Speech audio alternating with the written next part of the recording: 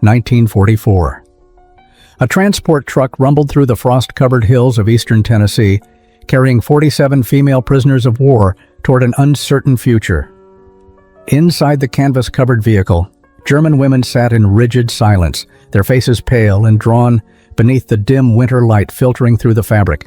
They wore the remnants of their auxiliary corps uniforms, now threadbare and stained from weeks of transit through military processing centers.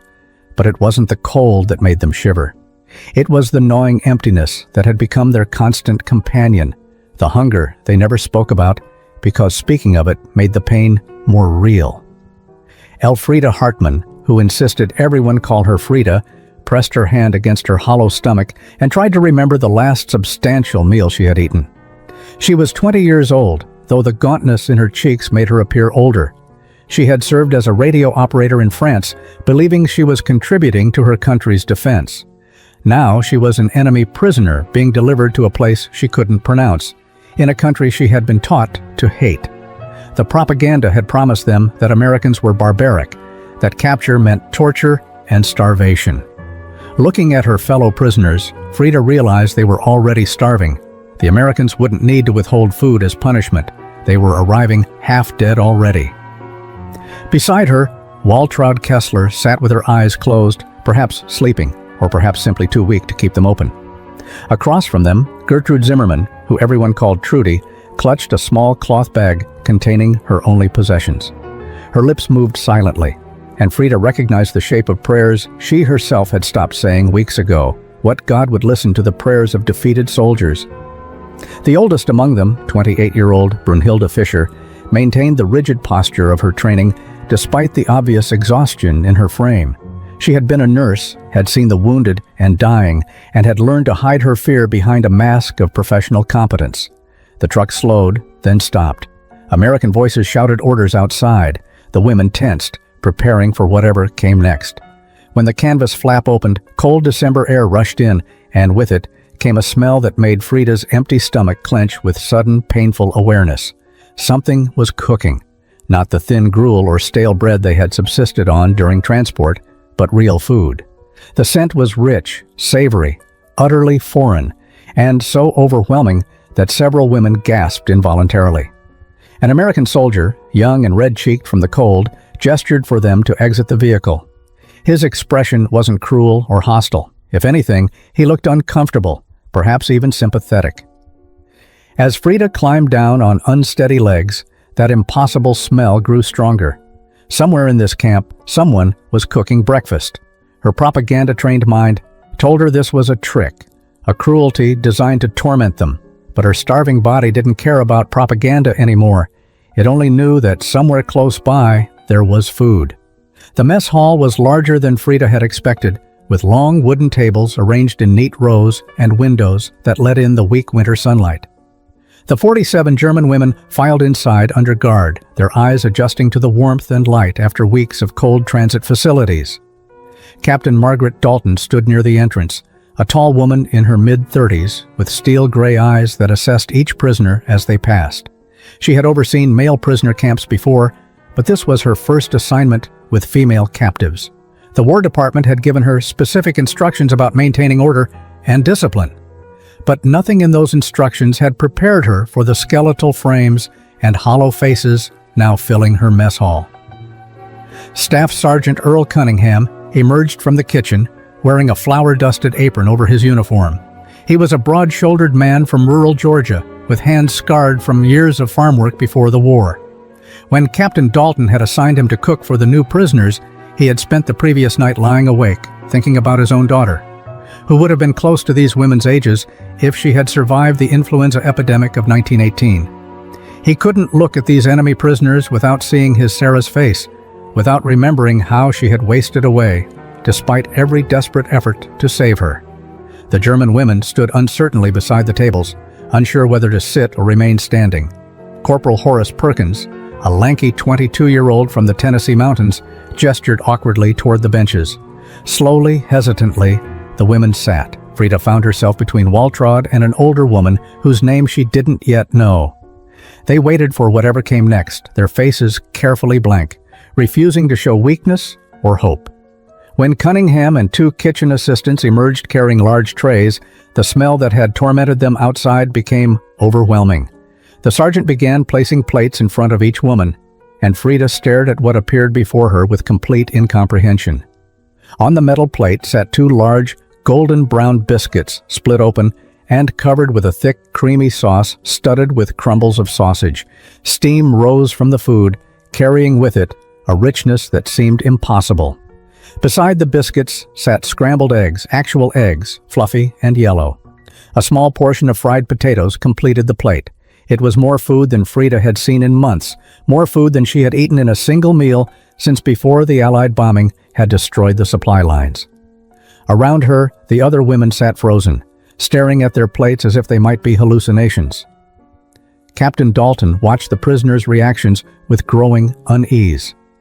She had expected gratitude, perhaps even tears of relief. Instead, she saw confusion and something that looked almost like fear. These women didn't understand that they were simply being fed a standard American breakfast. They thought this was some kind of test or trick. She nodded to Cunningham, who picked up his fork and mimed eating. His message was clear. This food was real, and they were permitted to eat it. Earl Cunningham had learned to make biscuits and sausage gravy at his mother's elbow in their farmhouse kitchen outside Macon, Georgia. She had died in 1938, taking with her the warmth that had made their small house feel like the center of the world. His father had followed 2 years later, and Earl had enlisted shortly after, carrying with him the recipes and techniques his mother had taught him during countless Sunday mornings. Cooking had become his way of honoring her memory, of keeping alive the lessons about dignity and care that she had instilled in him from childhood. She had always said that feeding someone was an act of respect, that no matter how little you had, you shared it with grace and generosity. When Captain Dalton had informed him that he would be cooking for female German prisoners, Earl's first reaction had been to refuse. These were enemy soldiers, women who had served the same regime that was killing American boys across Europe. But that night, alone in his quarters, he had pulled out the photograph he carried of his daughter Sarah. She had been 7 when the influenza took her, small and fragile and utterly helpless against the disease that ravaged their community. He remembered holding her burning body, watching her waste away, feeling utterly powerless to save her. The memory of her hunger in those final days, when she was too sick to eat but still asked for her mama's biscuits, had never left him. Looking at the German women in his mess hall that first morning, Earl saw that same helpless fragility. These weren't the fierce warriors of propaganda posters. They were starving girls, some barely older than his Sarah would have been. Their hollow cheeks and sunken eyes spoke of prolonged deprivation, of bodies consuming themselves to survive. Whatever sins their country had committed, whatever role they had played in the war, they were human beings who needed food. His mother would have fed them without question, would have considered it an obligation rather than a choice. Earl had decided he would do the same. He had woken at 4 a.m. to begin preparation, mixing flour and buttermilk for biscuits, browning sausage for the gravy, preparing eggs and potatoes. He cooked the way his mother had taught him, with attention to flavor and texture, refusing to simply fulfill a requirement. If he was going to feed these women, he would feed them properly. The biscuits were tender and flaky, the gravy rich with cream and seasoned with black pepper and sage. It was the same breakfast he would have made for his own family, the same meal his mother had served on cold Sunday mornings when the farmhouse smelled of comfort and love. Now, watching the prisoners stare at their plates with expressions of disbelief and confusion, Earl felt something shift in his chest. These women didn't trust this kindness because they had forgotten what kindness looked like. They expected cruelty because cruelty was what they had known. He picked up his fork again, took a deliberate bite of his own breakfast, and smiled at them with all the gentle patience his mother had once shown him. The first bite changed everything. Frida had lifted her fork with trembling hands, half convinced that the food would be snatched away before it reached her mouth. But no one stopped her. The biscuit was still warm, soft as cloud, and when she tasted the gravy, something inside her chest cracked open. It was rich and savory, with herbs she couldn't identify, and a creaminess that seemed impossible given the wartime shortages she knew existed everywhere. She had been told that America was suffering, that their economy was collapsing under the weight of the war effort, that their people were starving just as Germans were starving. Yet here was abundance. Here was butter and cream and sausage served without hesitation to enemy prisoners. Around her, the other women were experiencing the same revelation. Waltraud ate slowly, methodically, as if afraid that eating too quickly would make her sick. Trudy had tears streaming down her face, though she made no sound and didn't stop eating. Brunhilde, the nurse who had maintained her rigid composure through everything, sat with her fork suspended halfway to her mouth, staring at the food as if it were a mathematical problem that didn't calculate correctly. The propaganda had been so certain, so convincing. Americans were the enemy, brutal and cruel and morally inferior. Yet here they sat, being fed better than they had eaten in their own country for years. The cognitive dissonance was almost painful. Frida tried to reconcile what she was experiencing with what she had been taught. Perhaps this was exceptional, a single generous meal before the cruelty began. Perhaps they were being fattened like livestock before slaughter. But even as her mind raced through these explanations, her body betrayed her with its desperate gratitude for the food. She finished everything on her plate, using the last piece of biscuit to soak up the remaining gravy, unwilling to waste a single drop. When the kitchen assistants came around offering seconds, Frida watched in amazement as several women timidly raised their hands, and they were served again without comment or judgment. Over the following days, the pattern continued. Breakfast arrived each morning with the same impossible abundance. Biscuits and gravy, eggs, sometimes bacon or ham, occasionally grits that the American soldiers tried to explain but which remained mysterious to German palates. Lunch brought sandwiches made with soft white. Bread, thick slices of meat, and crisp lettuce. Dinner featured roasted chicken, mashed potatoes, green beans cooked with bacon. It was ordinary American military food, nothing special by the standards of the camp's American personnel. But to women who had subsisted on increasingly meager rations for years, it was incomprehensible luxury. Trudy began paying careful attention to how the food was prepared. She watched through the serving window as Sergeant Cunningham worked in the kitchen, noting his techniques and ingredients. She started asking questions in her limited English, pantomiming when words failed. How did he make the gravy so smooth? What gave the biscuits their tender texture? Cunningham, surprised but pleased by her interest, began to teach her. He showed her the ratio of flour to fat, the importance of cold butter, the technique of cutting rather than stirring. Food became a language they could share across the barrier of war. 3 weeks into their captivity, the German women had begun to regain small amounts of weight. Their faces no longer looked quite so skeletal, and their uniforms, which had hung loose on emaciated frames, were beginning to fit properly again. Captain Dalton documented these changes in her reports to the War Department, noting with clinical precision the improvement in prisoner health and morale. But she couldn't quite capture in official language what she witnessed each morning in the mess hall, the way these women still approached each meal with a mixture of disbelief and barely contained desperation. Frida had started to recognize patterns in her fellow prisoners' behavior. Some, like Brunhilde, ate with careful control, never finishing everything on their plates, as if saving food for an emergency that might come. Others, like Waltraud, ate quickly and efficiently, their bodies still operating on the survival instinct that told them to consume food whenever it appeared, because you never knew when the next meal would come. But it was Trudy who surprised everyone on a cold morning in late December when something inside her finally broke. Sergeant Cunningham had made an especially large batch of biscuits that morning, and when Corporal Perkins came around offering seconds, Trudy raised her hand. Her plate was already clean, wiped spotless with her last piece of biscuit. Perkins placed 2 more biscuits on her plate, covering them with a generous ladle of gravy. Trudy stared at the food for a long moment, her fork frozen in her hand. Then, without warning, she began to sob. Not quiet tears, but deep, wrenching sobs that shook her entire body. The mess hall fell silent. The other German women turned to look, uncertain whether to comfort her or pretend they hadn't noticed. The American guards exchanged uncomfortable glances, unsure how to respond to this sudden emotional collapse. Captain Dalton approached carefully, kneeling beside Trudy's bench. In her careful textbook German, she asked what was wrong. Trudy struggled to speak through her tears, switching between German and broken English. She explained that she hadn't eaten this well since before the war began, not even as a free citizen in Germany. Her family had owned a small bakery in Stuttgart, and even there, with access to flour and sugar, they had been rationed to near starvation.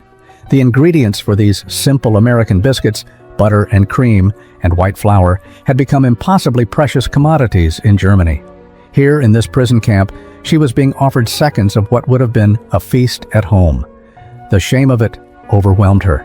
She was eating better as a prisoner than her mother and sisters were eating as free women in Germany. She was gaining weight while her family, if they were even still alive after the bombing raids, were slowly starving. The guilt was unbearable, made worse by the fact that she was grateful for the food, that her traitorous body craved these meals and looked forward to them with desperate anticipation. She felt like she was betraying her family with every bite, choosing her own survival over solidarity with their suffering. Sergeant Cunningham sat with Trudy in the kitchen after that morning's breakdown, a cup of weak coffee between them and a notebook open on the metal table. Captain Dalton had given permission for this unusual meeting, sensing that something important was happening, something that transcended the normal boundaries between captor and captive. Trudy had stopped crying, but her eyes were still red-rimmed, her hands still trembling slightly as she held her own cup of coffee, the first she had tasted in months. Cunningham spoke slowly, using simple words, and Trudy responded in her halting English, supplemented with gestures and drawings when language failed them. He asked her about the bakery in Stuttgart, about what her family had made before the war. Trudy's face softened as she described the rye breads, the pretzels, the Christmas stollen, rich with dried fruits and marzipan. She drew pictures of the shapes, tried to explain the textures and flavors. Her mother had been a master baker, she explained, trained in the traditional methods that had been passed down through generations. The bakery had been their pride, their livelihood, their identity. Then came the rationing, the shortages, the slow strangling of their craft as ingredients became scarce and then impossible to find. Cunningham listened with genuine interest, asking questions about techniques and timing. He had never made a proper German pretzel, had never even tasted stollen. The idea fascinated him, this glimpse into a food culture he had only encountered as an enemy abstraction. He showed Trudy his mother's recipe for biscuits, written in faded pencil in a water-stained notebook. He explained about buttermilk, about the importance of not overworking the dough, about his mother's insistence that biscuits should be made with love or not at all. Trudy studied the recipe with the intensity of a scholar examining ancient text, asking questions about measurements and temperatures. Word of these kitchen conversations spread through the camp. Other German women began requesting permission to learn American cooking, while some of the American guards expressed curiosity about German recipes. Captain Dalton, recognizing the value of this cultural exchange for camp morale, established a formal program. 3 afternoons each week, small groups of prisoners could work in the kitchen under supervision, learning to prepare American dishes while teaching their own culinary traditions in return. Frida found herself learning to make cornbread, a strange golden bread made from meal rather than flour. Brunhilde, with her medical background, was fascinated by the nutritional aspects of different foods and began documenting recipes with scientific precision. The exchange became more than just cooking lessons. It was a vocabulary for discussing things that were too difficult to address directly. When Waltraud taught Corporal Perkins how to make spätzle, she talked about her grandmother's farmhouse in Bavaria, about Sunday dinners that felt like a lifetime ago. When Perkins showed her how to make Tennessee chess pie, he talked about his own grandmother, about the sugar rationing that had made such desserts impossible, even in America. They were sharing memories, grief, and loss through the medium of flour and eggs and sugar. Food became the language through which former enemies discovered their common humanity. January 14, 1945.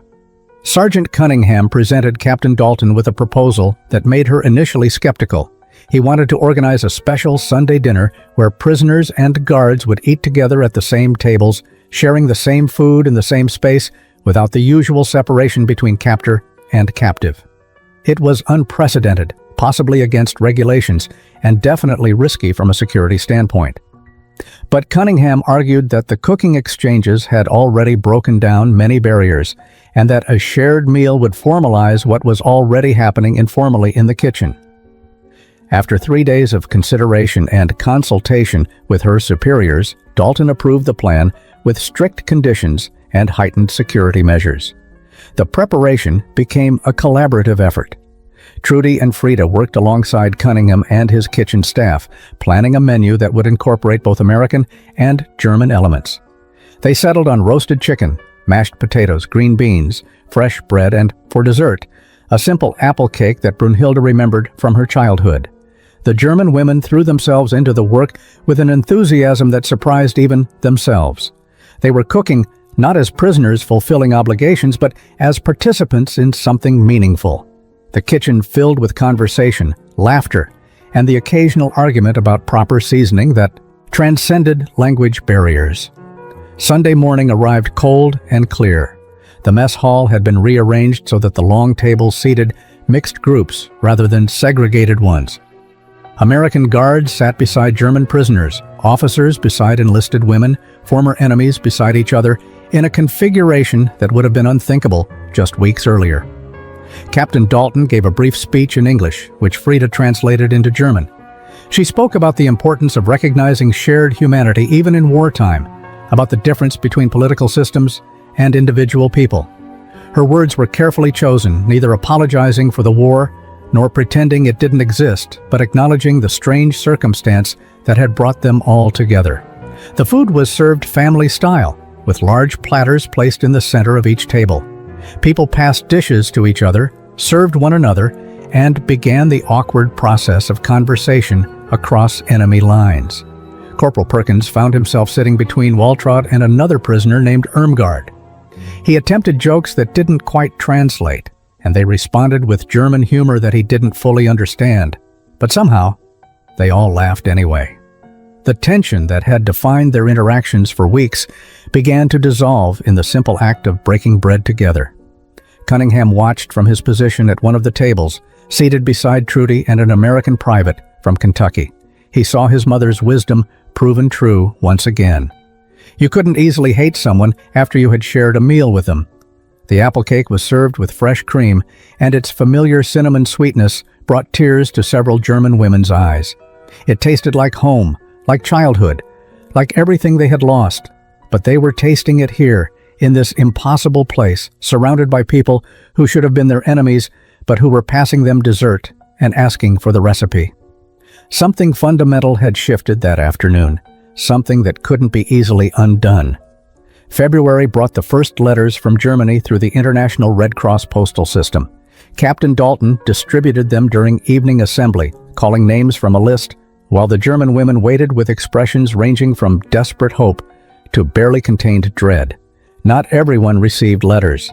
Some women had listed addresses in cities that no longer existed, swallowed by Allied bombing campaigns. Others had families in regions now occupied by Soviet forces where mail service had completely collapsed. Of the 47 women in the camp, only 19 received correspondence that first week. The contents of those letters would haunt the camp for months to come. Frida's letter came from her younger sister, Katrin, writing from a displaced persons camp near Hamburg.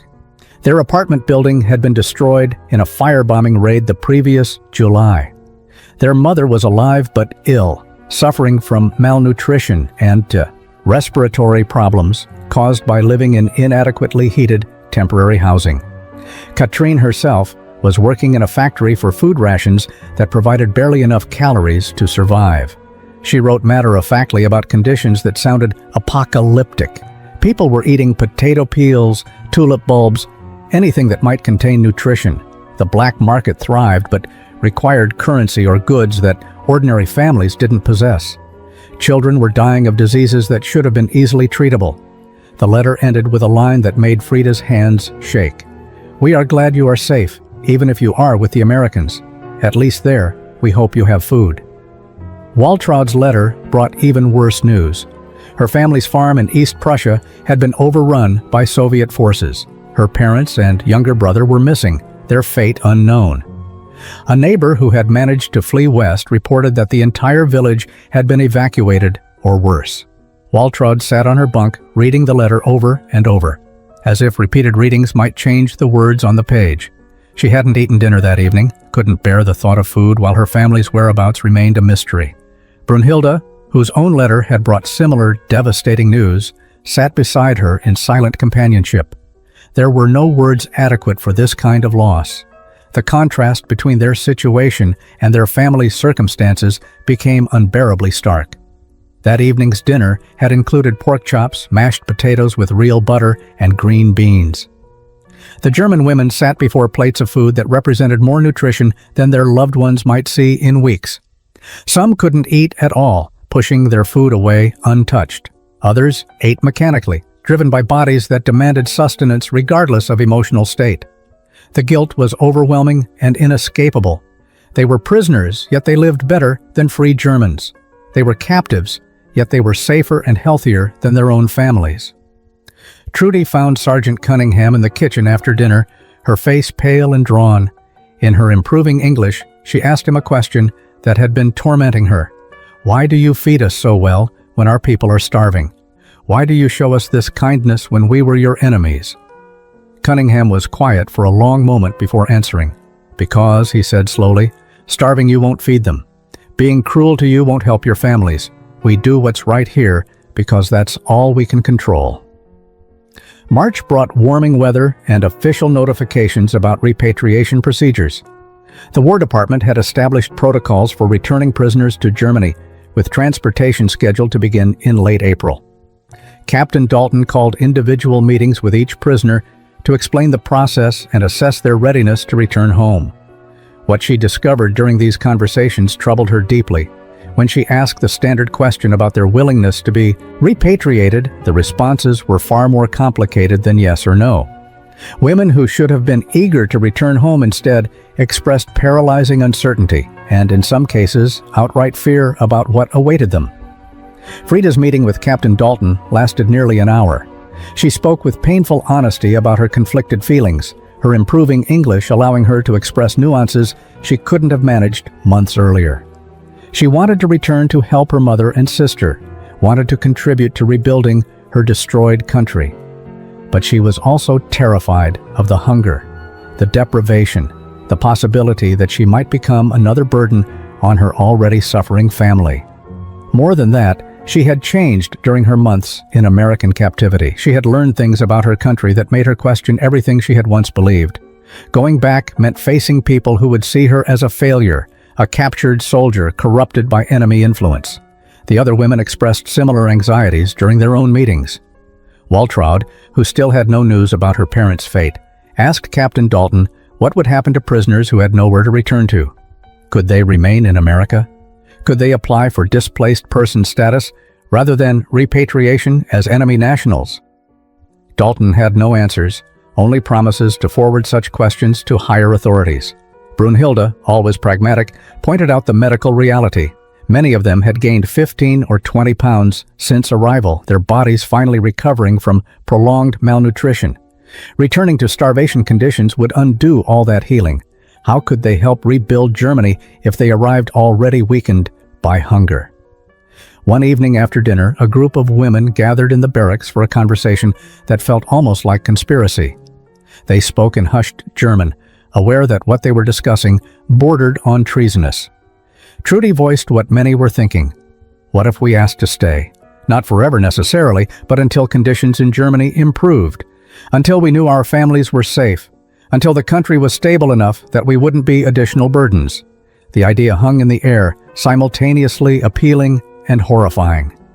Choosing to remain with their captors rather than return home felt like the ultimate betrayal of everything they had once fought for.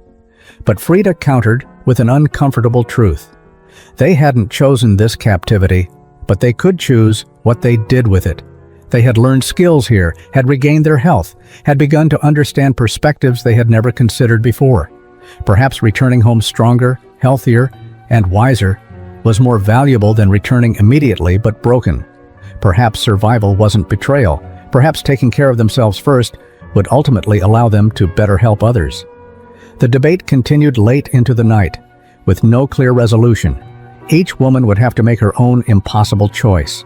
23 years later, in 1968, Frida Hartmann stood in her kitchen in Chicago, teaching her teenage daughter how to make biscuits and sausage gravy.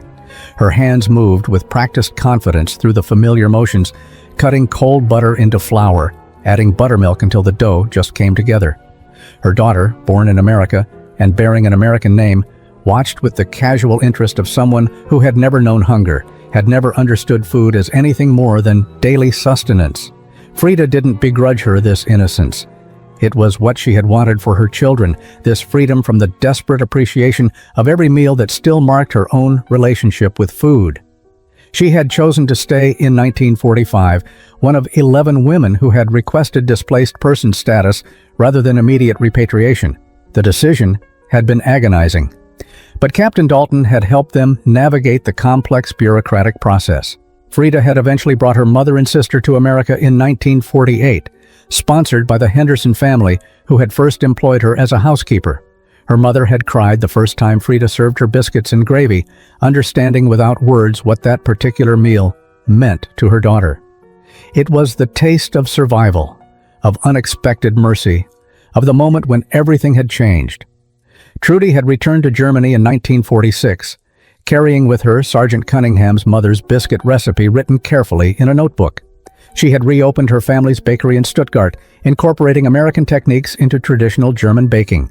She still made biscuits on Sunday mornings, serving them to her own children with stories about the American sergeant who had taught her that food could be a language of reconciliation.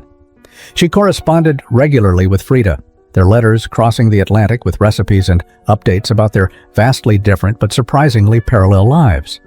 Waltraud had discovered her parents alive in a refugee camp and had returned to help them rebuild, but she had never forgotten the meals in Tennessee, the impossible abundance that had sustained her through the darkest period of her life. She taught her nieces and nephews to make sausage gravy, explaining in careful detail about the American camp where enemies had shared tables and former captors had offered seconds without judgment. The recipe became part of her family's tradition, a reminder that humanity could survive even in wartime. Brunhilde had stayed in America, becoming a nurse at the same hospital where she had trained after her release from the camp. She married a doctor from Tennessee and made biscuits and gravy every Sunday morning for 40 years, until arthritis finally made the cutting and rolling too difficult. Even then, she supervised her grandchildren in the kitchen, passing down not just the recipe but the story of what it represented. The meal that had confused and overwhelmed her, that had challenged everything she thought she knew about enemies and allies, had become her way of teaching about grace and unexpected kindness.